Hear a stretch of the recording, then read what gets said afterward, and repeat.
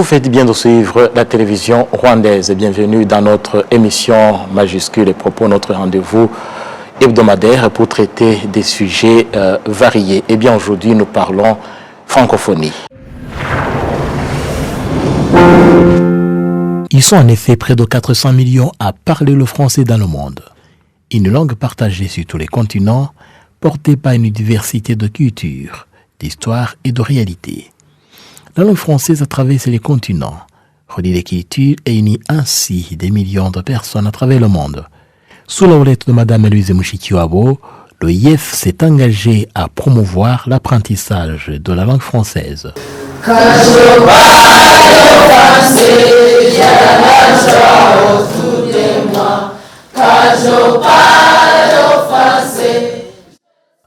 Pour y parvenir, un programme de mobilité des enseignants a été initié. Ce programme est né au Rwanda et déjà, il fait ses preuves. Mais j'ai découvert que les étudiants sont un petit peu collés à ce qui est écrit et à ce qui est académique. Donc j'avais pensé de créer un petit peu de matériaux qui les encouragent à faire des recherches et à avoir une autre vision de ce qu'ils apprennent déjà. Donc Frédéric, mon collègue et moi, nous avons travaillé ensemble sur des matériaux qui parlent de la famille, mais surtout la femme, qui est la colonne vertébrale de toute société et surtout de la famille. Dans leur manuel, il y a un exemple de Ndabaga, qui est une grande figure rwandaise ici, mais ils ne savaient pas trop sur les femmes puissantes de l'Afrique, donc on a introduit quelques femmes, comme par exemple la reine Hatshepsut de l'Égypte et aussi la secrétaire générale de l'OIF, qui est aussi rwandaise. Et on a introduit des matériaux afin de juste renforcer leur capacité de comprendre ce qui est oral et ce qui est écrit. Et on a travaillé ensemble aussi sur la valeur du travail. On a créé ensemble une chanson. Et maintenant, tout le monde travaille ici, surtout que tous les collègues, même ceux qui ne travaillent pas dans le département de français, sont vraiment compétents et coopératifs. Donc, je travaille avec tout le monde ici et tout le monde, il m'aide. Et c'est un TTC qui est vraiment riche en ressources humaines. Et c'est quelque chose que je considère un don que j'ai trouvé quand je suis arrivée ici au Rwanda. C'est surtout la méthodologie active, les méthodes actives bien sûr. Et ce qui est très important pour moi, c'est l'objectif. Ils doivent parler en français, ils doivent écrire en français. Mais ce que je suis vraiment consciente de l'avoir enfin, c'est que parfois on oublie le lexique, mais jamais on oublie la leçon. Jamais. Donc c'est le plaisir d'apprendre plutôt avec les méthodes de FLE et du CECRL qui me guident afin de créer toute fiche et de travailler avec eux. Ce programme qui après le Rwanda s'est étendu à d'autres pays fait également la fierté de l'Organisation internationale de la francophonie. Mais la francophonie, ce n'est pas seulement une langue. C'est aussi un projet politique, économique et humain porté par une organisation internationale. Pendant longtemps, cette organisation a été perçue comme un espace symbolique centré sur la culture et les valeurs communes. Mais depuis quelques années, une transformation profonde est en marche. Depuis 2019, sous l'impulsion de Louise Mushikiwabo, la francophonie cherche à devenir un acteur concret du développement mondial. Alors que vaut réellement cette transformation et quel avenir pour la francophonie dans un monde en pleine mutation? Nous sommes dans un monde aujourd'hui qui tend à reprendre les positionnements de polarisation et je me dis tout ce qui peut amener des êtres humains ensemble, où qu'ils soient, qui qu'ils soient, est quelque chose de louable et ça c'est déjà quelque chose au crédit d'une organisation comme l'Organisation internationale de la francophonie qui arrive à mobiliser aujourd'hui près de demi-milliard de personnes déjà si on peut le dire et c'est un monde qui réunit des gens autour d'une langue donc autour d'une culture, autour de certaines valeurs. Et je pense que c'est un outil d'influence dans un monde aujourd'hui en perte de boussole.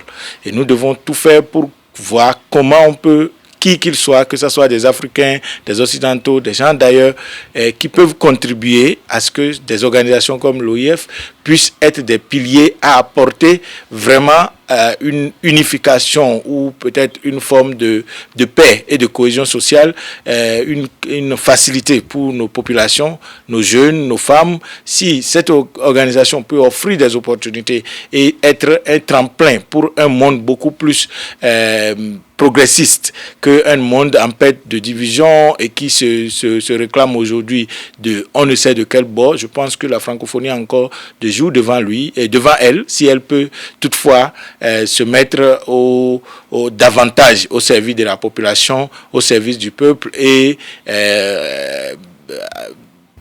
remplir le mandat qui est le sien par rapport à la transformation sociale, au développement, à la promotion de la culture, à la paix et la cohésion sociale dans le monde.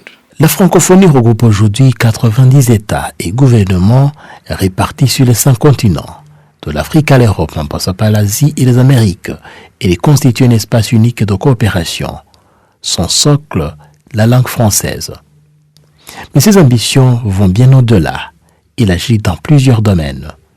La diplomatie, l'éducation, le développement économique, la paix et la gouvernance. C'est dans ce cadre que l'OIF s'engage depuis des années à exhorter ses membres à lutter contre la corruption, un fléau qui mine malheureusement la stabilité des pays membres. Pour la secrétaire générale de la francophonie, Mme Nuse Mushikiwabo, les pays membres de l'OIF doivent redoubler d'efforts pour accélérer la lutte contre la corruption, si déterminante pour l'avenir de la grande famille francophone.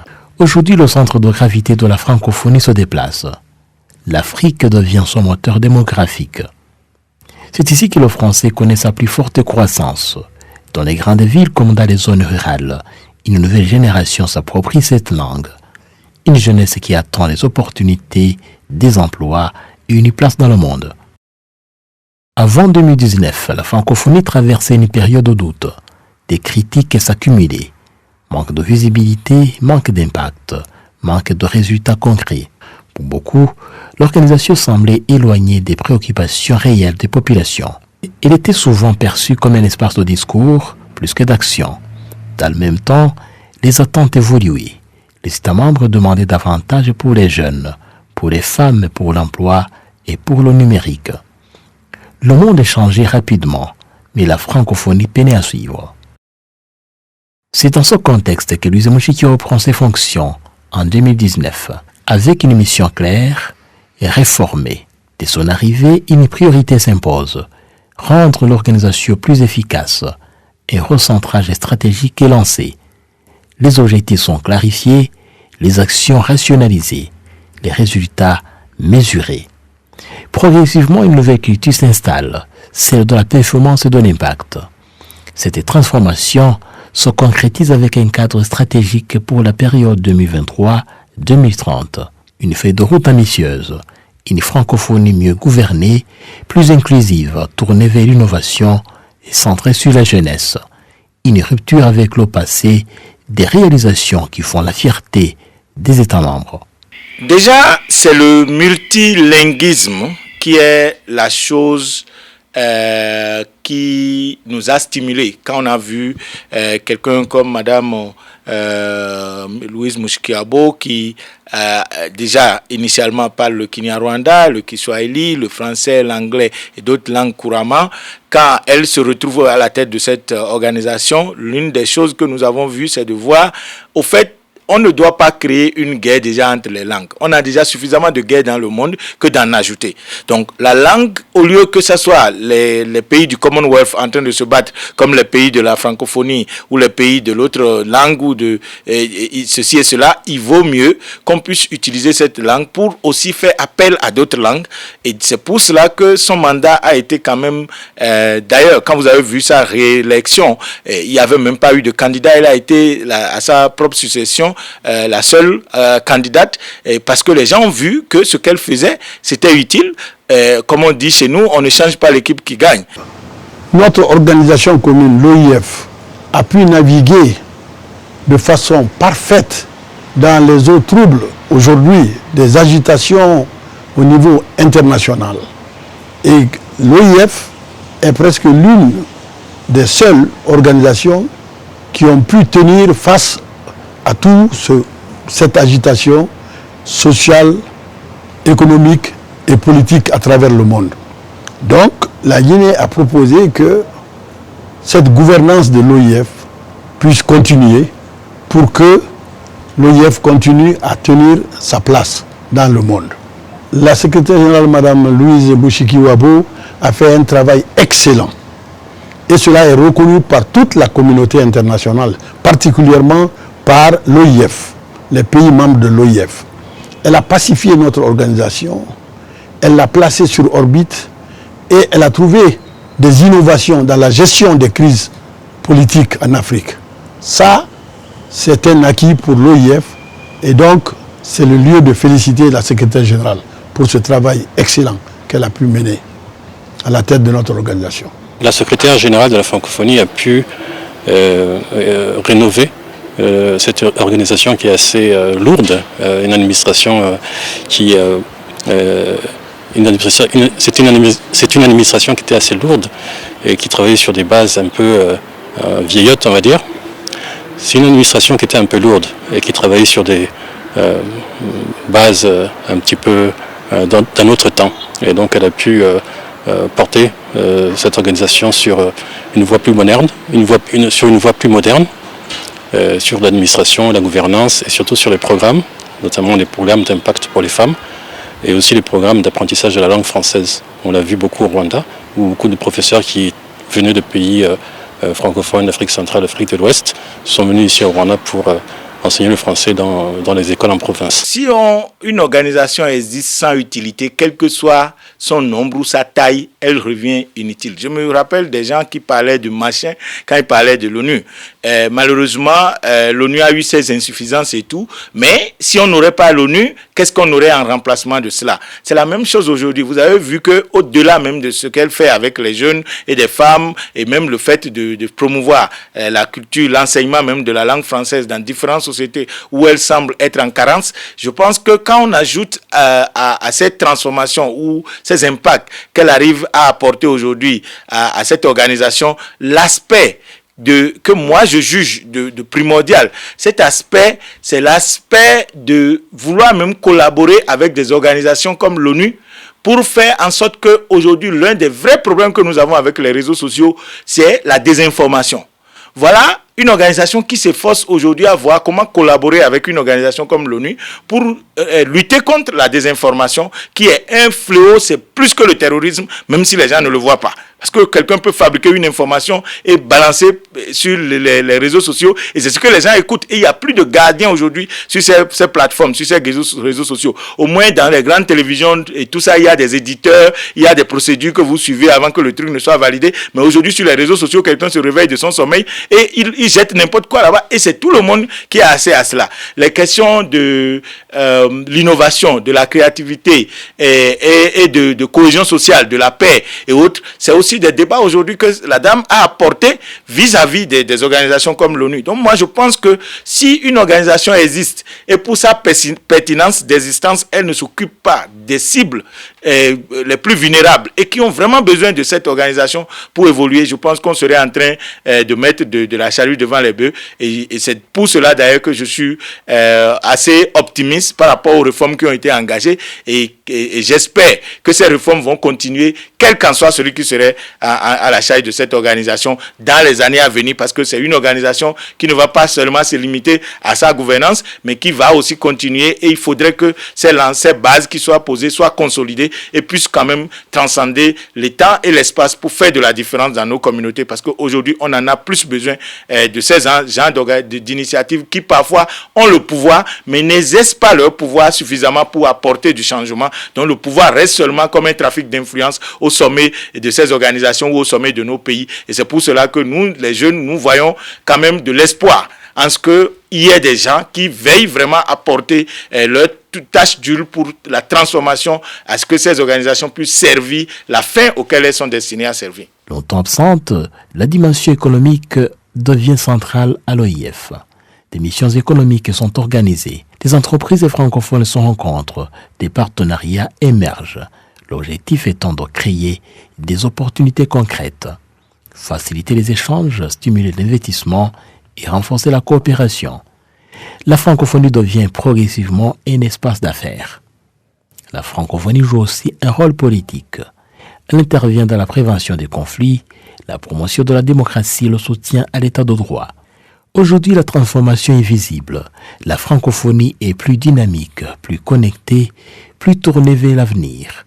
Elle ne se limite plus à la langue. Elle devient un outil de développement, un espace d'opportunité, mais cette transformation reste fragile. Elle doit encore faire ses preuves. À l'occasion de la Journée internationale de la francophonie 2026, la Secrétaire générale de l'OIF a exhorté les pays membres à être plus solidaires pour faire face aux défis du monde actuel en mutation. Je m'adresse à vous à la fois avec de la joie et de l'optimisme, mais également avec un peu de gravité. La joie d'abord, celle d'avoir lancé récemment à Québec la 6e édition du rapport « La langue française dans le monde », dont les chiffres sont encourageants.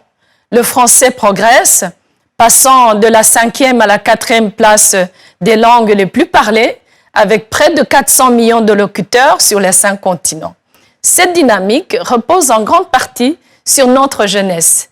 Les moins de 15 ans représentent aujourd'hui près d'un tiers des francophones dans le monde, avec une forte présence en Afrique. C'est là une force considérable, mais aussi une responsabilité collective. Le français nous unit et il se porte bien, mais il doit encore conquérir toute sa place dans l'espace numérique.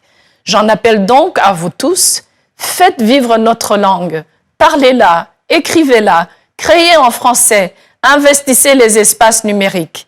Parce que la vitalité de notre langue et le renforcement de son rayonnement mondial reposent aussi sur l'engagement de chacun d'entre vous. La joie également d'avoir célébré cette année les 25 ans du prix des 5 continents de la francophonie. Ce prix incarne la richesse et la diversité de notre langue. Il rappelle que le français n'appartient à personne, mais qu'il est porté par toutes celles et tous ceux qui le font vivre, bien au-delà de nos frontières. Mais à cette joie se mêle une inquiétude lucide face au monde tel qu'il est aujourd'hui.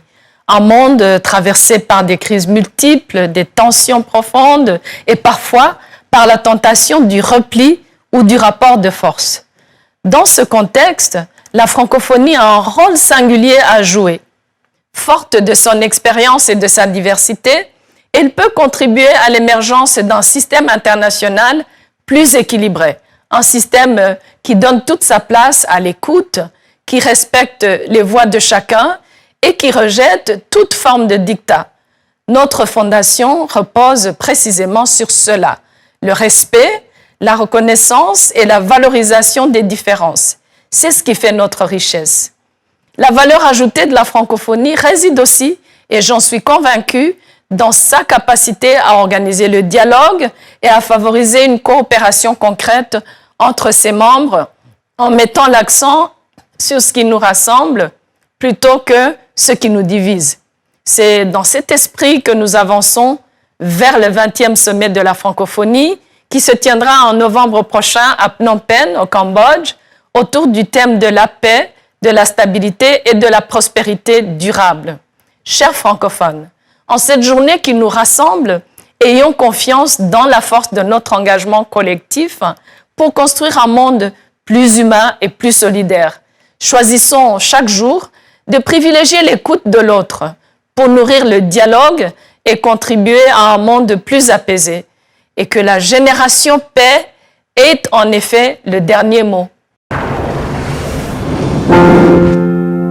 L'Organisation internationale de la francophonie s'apprête à élire un secrétaire ou une secrétaire générale de la francophonie qui doit exercer ses fonctions de 2027 à 2030. Les élections se tiendront au Cambodge lors du prochain sommet de la francophonie. C'est dans ce cadre que nous accueillons sur ce plateau Madame Kij Oria, elle est directrice de communication à l'OIF et porte-parole de la secrétaire générale de la francophonie. Madame Oria, bienvenue à la télévision rwandaise. Merci.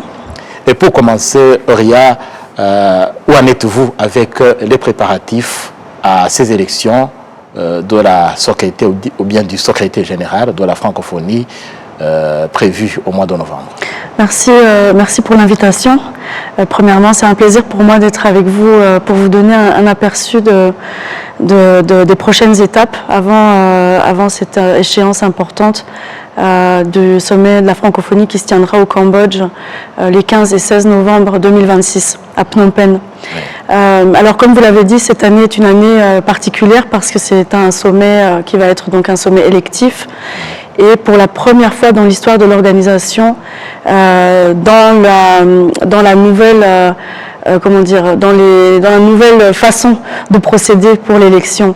Comme vous le savez, la secrétaire générale actuelle, Madame Louise Mushikiwabo, qui avait été élue en 2018,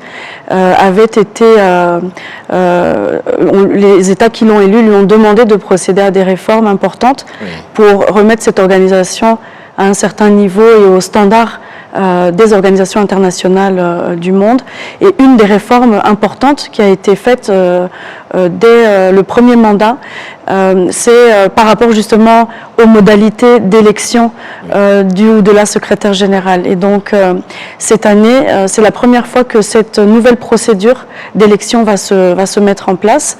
Peut-être avant de nous expliquer comment ça va se faire. Avant, ça se faisait comment? Comment est-ce qu'on choisissait? Alors c'est une bonne question. De tout temps, dans le passé, c'était le consensus qui décidait. C'était les chefs d'État qui étaient réunis. Donc tous les 2 ans, il y a un sommet, mais le sommet n'est électif qu'une fois tous les 4 ans, à la fin des mandats. Et les chefs d'État qui étaient réunis lors des sommets électifs se réunissaient en huis clos pour s'entendre dans la formule du consensus sur un candidat. Il apparaît que le consensus peut parfois mener à des blocages, ce qui est normal quand il y a plusieurs candidats en lice. C'est très difficile que les États s'entendent, c'est pas toujours évident. Et donc la nouveauté qui a été amenée ça a été voté avec l'accord, bien sûr, des États et gouvernements membres qui étaient réunis en 2022 lors d'une ministérielle extraordinaire. Il a été mis en place et maintenant désormais prévu dans nos textes la possibilité de recourir au vote, comme c'est le cas dans toutes les organisations. Donc un vote à majorité simple qui permet à chaque État de disposer d'une voix et tous les États donc peuvent donner leur avis et voter et le candidat est donc élu à la majorité simple. Et alors, où est-ce que vous en êtes maintenant? Les candidatures ont été données. Comment le processus avance? Alors, le calendrier électif prévoit qu'il y a une période qui est octroyée à tous les candidats qui souhaitent se présenter et qui se termine, cette période de dépôt de candidature se clôture exactement 6 mois avant le sommet de la francophonie. En l'occurrence, le sommet qui va se passer le 15 novembre, donc la date butoir pour déposer les candidatures, c'était le 15 mai 2026. Donc en principe, la liste des candidats est arrêtée. On a plusieurs candidats qui se sont déjà manifestés dans le domaine public, mais on attend que la France, qui est le pays qui a abrité le dernier sommet et donc qui a la présidence en exercice, puisse compiler la liste définitive des candidats et la communiquer au secrétariat de l'OIF pour qu'elle puisse être diffusée ensuite auprès du grand public. Oui, mais à qui adresse-t-on des candidatures? Donc les candidats qui le souhaitent doivent d'abord répondre à certains critères. C'est aussi la nouveauté de cette procédure élective, c'est que maintenant, désormais, il y a des critères qu'il faut quand même remplir à un certain niveau. Il faut pouvoir témoigner d'une expérience à l'international, il faut avoir toutes les compétences managériales pour diriger une organisation internationale. Ensuite, la candidature doit être endossée par un pays membre de la francophonie et elle doit être déposée officiellement auprès du pays qui a la présidence en exercice du dernier sommet. Donc ça veut dire, dans le cas présent, c'est la France, parce que le dernier sommet était à Paris. Ensuite, la France va compiler toutes ces candidatures et les transmettre au secrétariat pour la suite des étapes. Et après la soumission des candidatures au secrétariat de l'OIF, Oui. Qu'est-ce qui suit? On attend seulement les élections ou bien il y a... Non. Alors, il y a une étape intermédiaire qui est très importante et qui est aussi une nouveauté. C'est que les candidats retenus, donc les candidats qui remplissent les critères, vont devoir passer en audition devant les ministres des Affaires étrangères à l'occasion d'une ministérielle extraordinaire qui sera organisée, qui doit se tenir entre la fin de dépôt des candidatures et le sommet. Et en l'occurrence, elle va se passer à la fin du mois de juin à Paris. Et à l'issue de cette ministérielle extraordinaire, j'imagine qu'il y a peut-être un rapport qui est adressé au chef d'État. Exactement. La ministérielle extraordinaire est présidée par le Cambodge, comme c'est le Cambodge qui va abriter le sommet. Et donc les ministres vont entendre les candidats, ils vont entendre leur programme et puis poser des questions. Et à l'issue de cette audition, il y aura des recommandations qui vont être formulées et qui vont être portées à l'attention des chefs d'État pour l'élection, pour qu'ils puissent voter et lire le ou la secrétaire générale sur base de recommandations de leur ministre des Affaires étrangères. Oui. Le prochain sommet de la francophonie qui se tient donc au Cambodge connaîtra ces élections, mais à part les élections, est-ce qu'il y a l'agenda de ce sommet et comment c'est seulement les élections ou bien il y a autre chose? Alors, c'est bien de poser la question parce qu'on a l'impression parfois que les sommets électifs n'intéressent que pour cette séquence-là, qui est l'élection, qui est en fait la séquence qui clôture le sommet. Oui.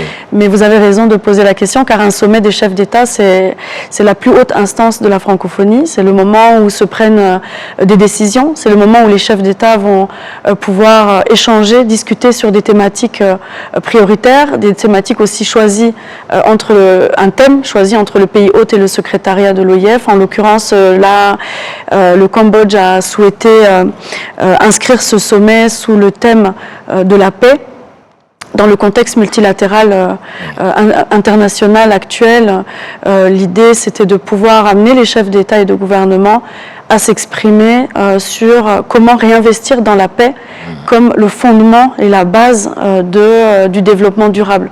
Comme on ne peut pas développer nos pays dans des contextes d'instabilité politique, sécuritaire, comme c'est le cas un petit peu partout dans le monde. Donc ça, ce sera le thème qui va être central. Mais c'est également un sommet, le moment de voter des budgets, d'adopter des résolutions. Et donc, c'est une instance comme à chaque sommet où les décisions se prennent entre États membres.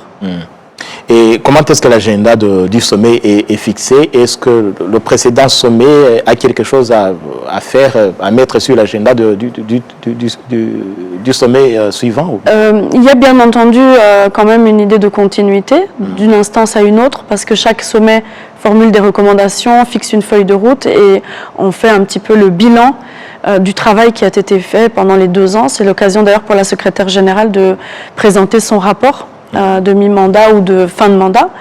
Là, pour ce sommet, c'est surtout il y a le thème. Le thème est choisi à chaque fois par le pays hôte, en concertation avec le secrétariat. Vous le savez, le sommet qui s'est tenu il y a 2 ans à Paris a porté sur la jeunesse, la question de l'entrepreneuriat, de la créativité, de l'innovation des jeunes dans l'espace francophone. Cette fois-ci, on mettra plus le focus sur des enjeux de paix, de dialogue, de vivre ensemble. Mais il y a toujours une continuité, bien entendu, sur le suivi de la mise en œuvre de la programmation de l'OIF. Oui, parlant toujours de ce sommet du Cambodge, et nous sommes au Rwanda. Est-ce qu'il y a des attentes particulières pour les Rwandais à ce sommet?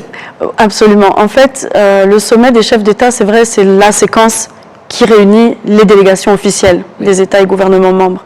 Mais en marge du sommet, il y a 2 séquences importantes que je voudrais mentionner aujourd'hui. La première, c'est le Forum Francotech, qui est en fait une 2e édition. La première édition avait eu lieu à Paris. et qui a pour ambition de réunir les acteurs économiques, les acteurs vraiment des hommes d'affaires, des start-up, des entreprises, pour pouvoir aussi, en marge des sommets, faire un peu de business. Et donc, le Forum Francotech va se tenir pour une seconde édition au Cambodge. Et tous les pays sont bien entendu invités à mobiliser leur secteur privé, leurs jeunes talents, les jeunes entreprises qui veulent participer et aller se connecter avec le reste du monde francophone. Il y a également un village de la francophonie. Le village de la francophonie, c'est dans tous les sommets depuis très longtemps. C'est le lieu où on peut partager notre culture, parce que vous savez, la francophonie, c'est un monde très divers en termes de cultures différentes, de musique, d'art, d'artisanat. Le village de la francophonie, c'est aussi cette façon de montrer aux habitants du pays qui accueillent le sommet un aperçu de la culture de tous ces pays qui font la francophonie aujourd'hui. Et moi, je voudrais encourager vraiment le Rwanda à participer activement à ce village et de montrer la beauté de la culture rwandaise à travers cette exposition. Donc c'était un espace ouvert à tout le monde qui le veut, ou bien il y a des critères pour y participer? Bon, le village de la francophonie, c'est les États, hein, c'est les pays qui vont construire un stand et qui vont proposer aussi une programmation. Mais la population cambodgienne et la population de la ville de Phnom Penh sera invitée à venir librement participer, découvrir. Donc c'est pour ça que c'est important de profiter de l'occasion pour vendre un peu et expliquer que chaque pays puisse venir vendre son pays et sa culture. Donc une opportunité que les opérateurs privés rwandais pourraient exploiter. Il faudrait parler avec le pays, mais je pense que oui, c'est possible, bien entendu. Oui, vous venez de faire allusion au bilan, mais avant de parler du bilan, à l'approche des élections, quand est-ce que la secrétaire générale actuelle doit arrêter ses activités? Comment est-ce qu'elle peut faire sa campagne électorale? Elle poursuit son travail? Ça se fait comme ça se passe comment? Alors, vous savez, quand on est en poste, on ne fait pas campagne. Parce qu'elle a un mandat, elle a été élue pour 4 ans, elle n'a pas été élue pour 3 ans, donc la dernière année, elle doit achever son mandat. Il y a des projets qui sont en cours. On a encore, entre maintenant et la fin de l'année, plusieurs rencontres importantes et plusieurs actions importantes. On a une mission économique qui va être déployée à Djibouti au mois d'octobre. Là, très prochainement, elle va s'associer au Cap-Vert qui organise un grand événement sur la créolité, le métissage et le multilinguisme.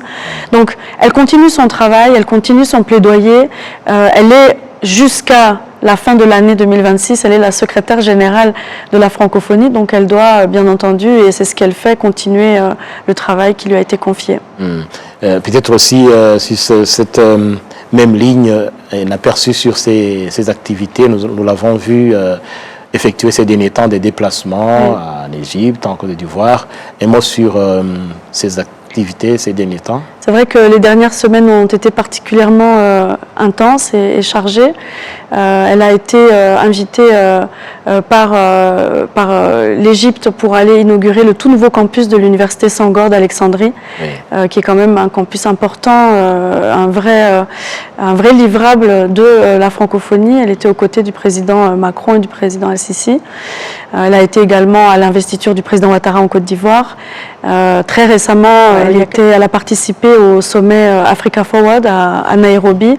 Et c'était important aussi de constater que les problématiques qui préoccupent la francophonie sont largement partagées par le reste du continent. On a beaucoup parlé aussi de paix et de l'importance d'investir justement dans la stabilité de nos pays pour cette jeunesse, pour répondre aux attentes de cette jeunesse qui ne demande qu'à être facilitée sur le sujet de l'entrepreneuriat, l'accès à la finance.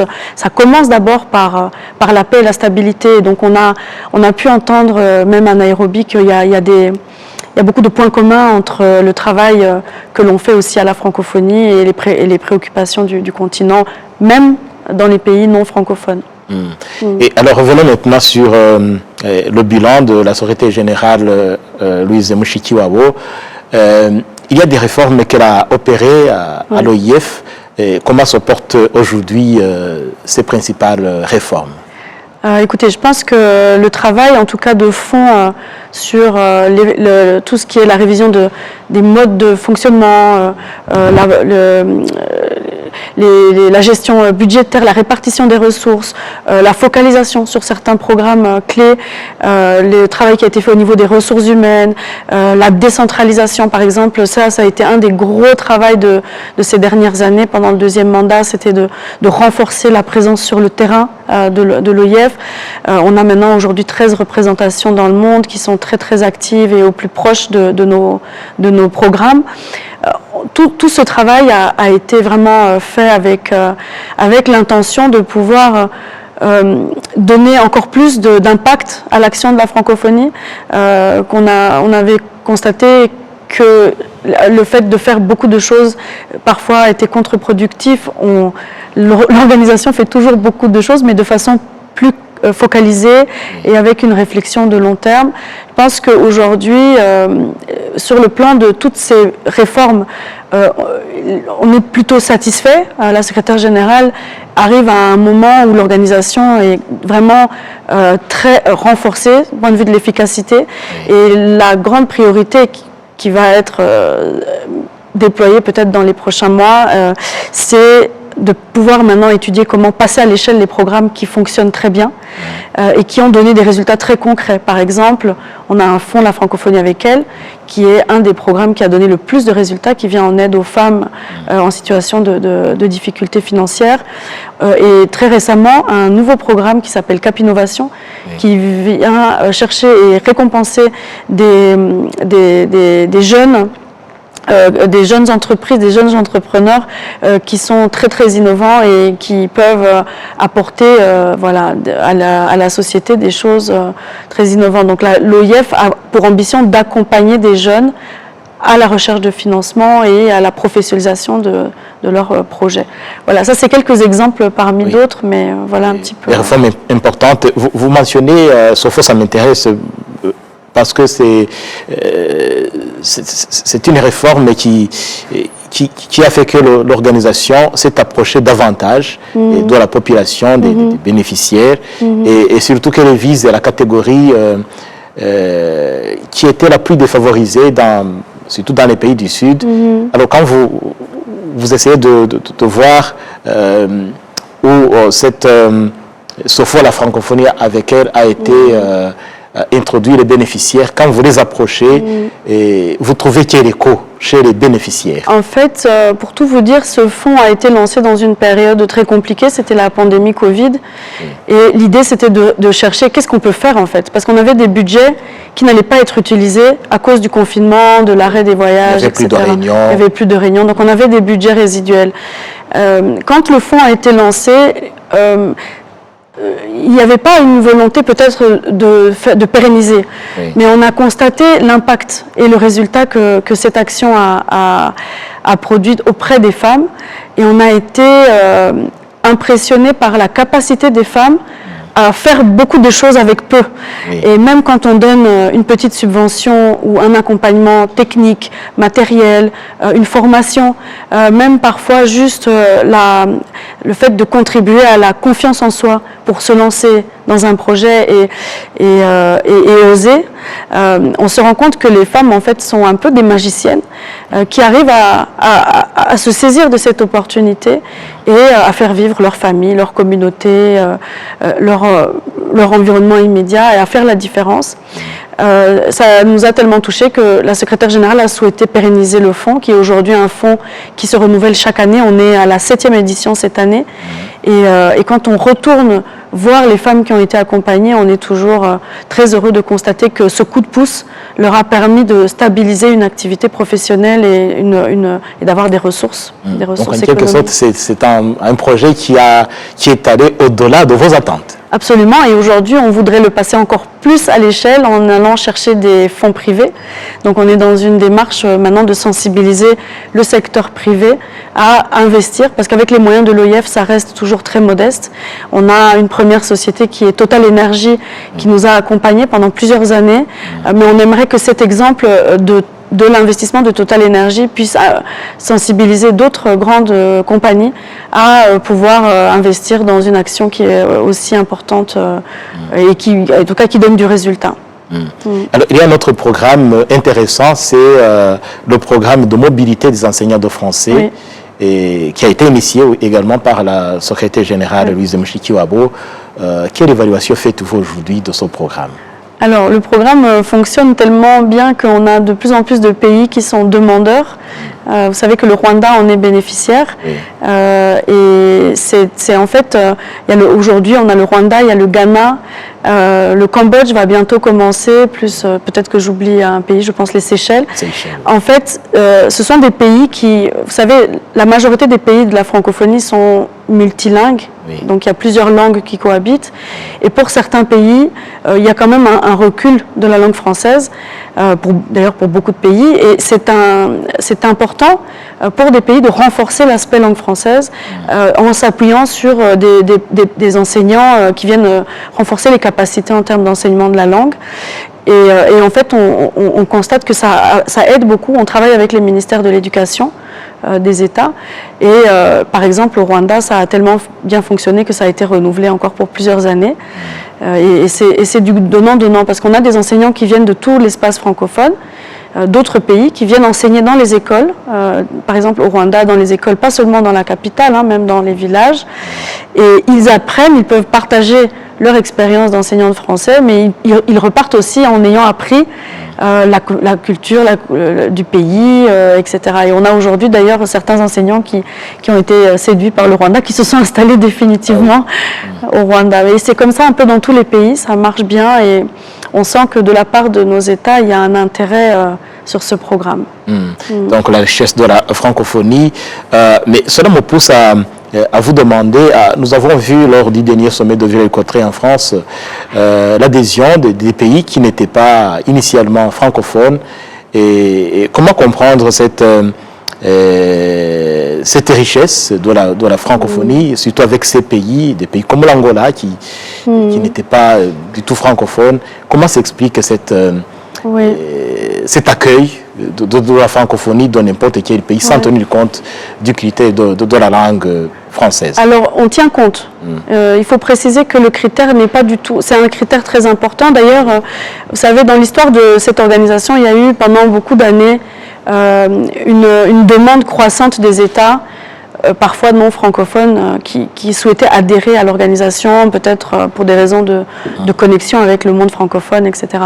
Oui. Quand la secrétaire générale a été élue en 2018 à Erevan, elle a souhaité mettre pause sur les adhésions pour revoir un petit peu les critères. Donc elle a mis en place un moratoire sur les adhésions, dans l'optique de quand même... Parce que le risque, c'est d'élargir, de continuer à élargir, et puis au final d'être une deuxième Nations Unies. Donc il y a eu un moratoire qui a duré pendant le premier mandat, et les critères d'adhésion ont été revus attentivement. Et aujourd'hui, les pays peuvent adhérer, même s'ils ne sont pas totalement francophones. Il faut quand même être réaliste. Oui. La grande majorité des États membres de la francophonie ne sont pas 100% francophones. Oui. Ce sont des pays qui ont un lien particulier avec la langue française. Et des pays aujourd'hui qui souhaitent adhérer doivent quand même cocher certains critères sur le plan de la langue française. Un pays comme l'Angola, que vous avez cité, c'est un pays qui vient de rétablir l'enseignement de la langue française obligatoire dans le cursus primaire. Oui. Donc, je pense que l'Angola a un intérêt direct à pouvoir se rapprocher de la francophonie, parce que quand même entouré de pays francophones. C'est une situation géographique. Voilà, comme le Ghana, ce sont des pays qui sont entourés, qui sont en relation étroite avec des pays francophones et pour lesquels il y a un réel intérêt, autant politique qu'économique, d'adhérer. Mais on ne peut pas dire que le critère langue française n'est pas considéré, au contraire. Il y a des mesures, il y a une évaluation aussi. Et donc tout ça est étudié avec précision. Et il faut savoir aussi qu'on n'adhère pas tout de suite au même niveau que les autres États. Oui. L'Angola a acquis un statut de membre observateur pour l'instant. Oui. Alors, il y a un autre programme, c'est le déclic qui concerne surtout les jeunes, l'initiation au numérique. C'est un domaine en pleine croissance aujourd'hui dans le monde. Et qu'est-ce que fait l'OIF dans ce cadre du numérique, surtout pour les jeunes? Alors c'est très simple, le programme Déclic s'appelle « Formez-vous au métier du numérique », formation des jeunes au métier du numérique. Donc c'est vraiment un programme qui vise à renforcer les capacités des jeunes dans ce secteur-là, qui est quand même un secteur d'avenir et qui intéresse beaucoup la jeunesse. Donc ça passe par des formations, des accompagnements, des financements, vraiment tout dans l'optique de former le plus de jeunes possible. Peut-être que ce que je pourrais rajouter, c'est la francophonie va se focaliser suite à la dernière ministérielle qui s'est tenue à Kigali en novembre dernier. Il y a eu une volonté partagée que la secrétaire générale d'ailleurs a annoncé qu'il y aurait un focus sur l'accès des filles dans le numérique, parce qu'on voit qu'aujourd'hui c'est très important qu'il y ait de plus en plus de femmes dans ce secteur et notamment dans le secteur de l'intelligence artificielle. Donc peut-être que ce sera, qui sait, une priorité pour la suite. Oui. Et alors on voit que le monde actuel est en perpétuelle mutation et j'imagine que la francophonie reste toujours engagée et préoccupée par ces défis mondiaux, ces défis du monde actuel. Est-ce qu'il y a des engagements que la francophonie déploie pour justement aider les pays membres à répondre efficacement à ces défis de notre monde actuel? Oui, absolument. En fait, je pense que comme toutes les organisations multilatérales, on intervient et on est côte à côte avec nos États et gouvernements sur différents secteurs. En ce qui concerne la francophonie, c'est vraiment sur différents piliers.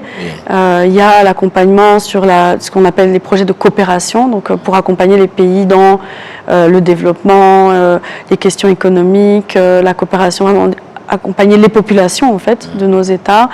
Il y a les questions de langue française dont on a parlé tout à l'heure et aussi les questions de politique, gouvernance démocratique. Donc on intervient au niveau des élections.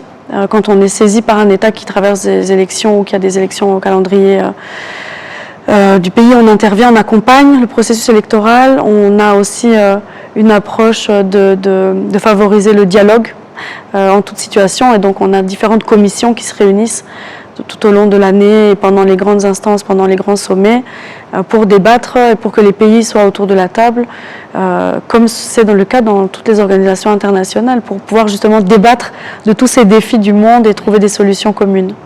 Et d'ailleurs, nous avons vu la francophonie accompagner certains pays en crise, comme Haïti par exemple. Oui. Et je pense que la francophonie a une politique de ne pas abandonner un pays membre qui est confronté à certaines difficultés.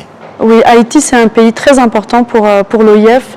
C'est un pays qui est dans l'instabilité depuis très très longtemps et l'OIF a à cœur de continuer à se tenir aux côtés d'Haïti. On a récemment organisé à New York, en marge de l'Assemblée générale des Nations Unies, une grande réunion sur la situation en Haïti et on continue de suivre au quotidien. On a notamment accompagné la formation des personnels militaires qui vont pour la sécurité en Haïti, pour apprendre le français, pour qu'ils puissent être équipés aussi avec des bases en langue française. Mais on a aussi une politique vis-à-vis de tous nos États, il n'y a pas que Haïti, qui est en train d'évoluer. Parce que vous savez, la secrétaire générale a récemment souhaité revoir un petit peu aussi tout ce qui a à voir avec la gestion des crises politiques. Il y a eu beaucoup de crises politiques dans l'espace francophone. Et donc voilà, on accompagne tous les pays comme la Guinée, des pays comme le Gabon, qui ont pu être accompagnés étroitement par l'OIF pour sortir des crises politiques. Donc il y a une approche qui se développe, qui est une approche d'accompagnement plutôt que de fermer la porte quand ça ne va pas. Et justement, sur ce point que vous venez de mentionner, dans le temps, vous voyez, quand dans un pays donné, il y avait un coup d'État, la première réaction de l'OIF, c'était d'écarter le pays, de fermer la porte au pays. Oui. Est-ce qu'il y a un nouveau mécanisme qui se fait aujourd'hui, parce qu'on voit que la francophonie s'approche plutôt de ces pays qui ont des difficultés d'ordre politique? Oui, la secrétaire générale a souhaité que la méthode soit revue, parce qu'elle a une conviction profonde qui est celle de dire que quand un pays traverse une crise, est-ce que, voilà, de se poser la question, est-ce que finalement fermer la porte et couper le dialogue, est-ce que c'est utile? Qu'est-ce que ça apporte quand on décide de bannir un État? Donc il y a un mécanisme. Ça peut ne pas être la meilleure solution. Ça ne peut ne pas être la meilleure solution. Après, les pays sont souverains. Les pays ont aussi leur mot à dire dans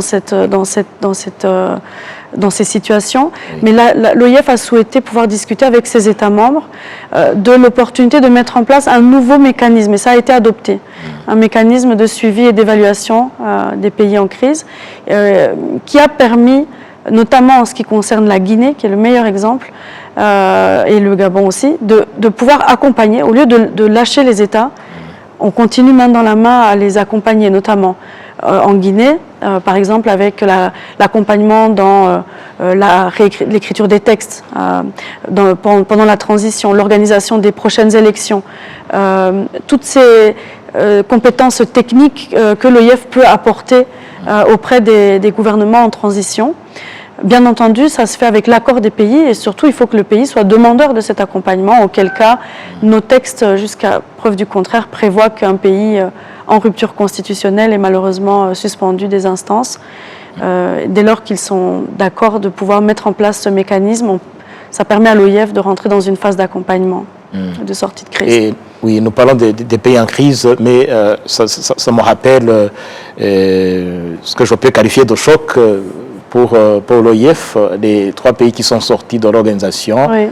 Le Mali, le Niger et le Burkina Faso. Est-ce qu'aujourd'hui, ça dit que le lien est totalement coupé ou bien il y a une approche qui peut être... Non, pour l'instant, le lien est coupé. Ces 3 pays ont souhaité quitter l'organisation pour des raisons qui leur appartiennent, oui.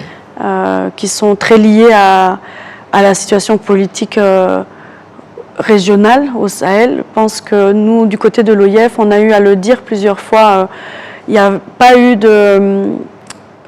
comment dire, l'OIF sait et comprend bien la situation et comprend que parfois on peut être malheureusement un dommage collatéral de problèmes oui. qui nous dépassent. Pour l'instant, il n'y a pas d'évolution au niveau des 3 pays du Sahel, mais la secrétaire générale a toujours répété que la porte de la francophonie reste ouverte et qu'elle est tout à fait ouverte à reprendre le dialogue dès lors que ces pays seront demandeurs et voudront revenir dans la grande famille francophone. La porte sera toujours ouverte. Et vers la fin de notre entretien, Madame Oria, un message particulier que la francophonie voudrait adresser au public rwandais qui nous suit à ce moment. Écoutez, je peut-être juste dire au public rwandais de continuer à suivre attentivement ce que fait l'OIF. Aujourd'hui, le Rwanda a la chance d'avoir à la tête de cette organisation une Rwandaise qui représente fièrement le pays. Donc c'est toujours bien que les Rwandais s'intéressent à ce que fait l'organisation, qu'ils puissent comprendre les actions, qu'ils puissent, surtout dans ces périodes électorales où beaucoup de choses vont être dites, il y aura beaucoup de débats sur cette campagne qui est menée aujourd'hui par 3 candidats en plus de la secrétaire générale actuelle. Donc pour moi, le message, c'est continuer de vous intéresser à ce que fait cette organisation, ne pas céder à tout ce qui se dit en ligne. Il y a beaucoup de fausses informations qui circulent, donc il faut aussi être vigilant là-dessus. Et puis, un message pour dire il faut rester... engagé pour la francophonie, même au-delà de ce mandat. Le Rwanda est un pays qui a toute sa place dans la francophonie, qui a un passé très francophone, aujourd'hui qui navigue avec plusieurs langues, mais la francophonie restera, même au-delà de la présence de Mushikiwabo, le Rwanda restera un pays membre important de cette organisation, et je pense que c'est ça qu'il faut privilégier avant tout.